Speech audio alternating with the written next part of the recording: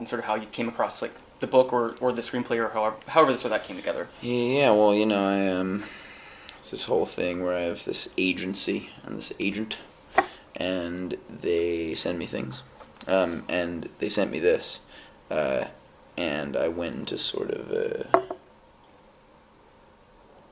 wrathful,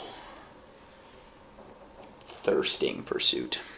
Okay. I became immediately ravenous for this role and for this movie, and yeah, just started sort of pursuing it like a stalker, and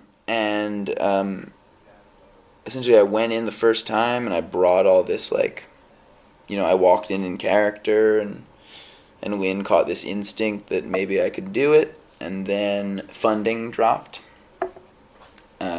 Everybody, a bunch of half-hearted hooligans had promised this film money, but then it was like, oh, but my stock assets are crashing into the ground, so perhaps I won't give this film money because it's dark subject matter and not a sure sell. So it disappeared for a while, and that was heartbreaking, and I yearned. And at that point, you already had the part, though. No. Oh, okay. No, not at all. I just met Lynn once, and she had privately, I had no idea about this, but she had privately thought, I think I found Kevin. But even though Lynn is dominated by this righteous, spot-on instinct, she also puts in the time for deep assurance. So, after the film resurfaced and got funding back,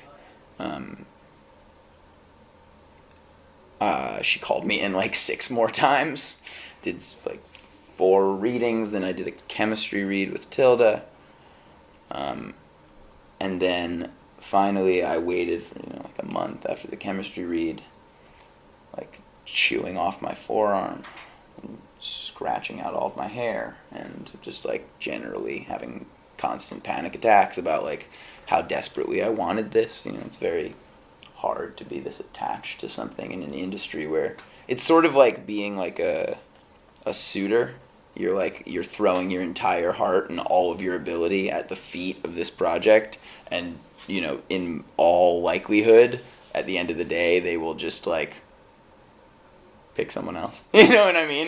That's just sort of the reality of it, and it's sort of especially when it clearly seems like it was a pretty long haul of you. Yeah. It's like being in love in middle school. You know what I mean? There's just there's no hope. But then occasionally, sort of in Deus Ex Machina type events, you can actually get a project that you want. And Lynn called me in to come over to the house that her and Rory stay at when they're in New York. She told me to come on Saturday so we could shoot a test of the last scene, because she needed to, she knew that I could play Kevin's masks and Kevin's performances and Kevin's rational justifications and his cruel intentions, but those are all peripheral layers of Kevin, and she needed to see the root, the true part, and that's sort of a big part of that revelations in that last scene. So she called me in on a Saturday to do that. I came on Saturday and she told me the wrong day, so I was waiting in the lobby, and she'd already gone out with Rory to a pub, because those UK folks will find pubs wherever they go, and she happened to run back because she'd forgotten her cell phone. She found me, and I went and I just talked to Lynn and Rory for about 6 hours. We just had some drinks and talked, and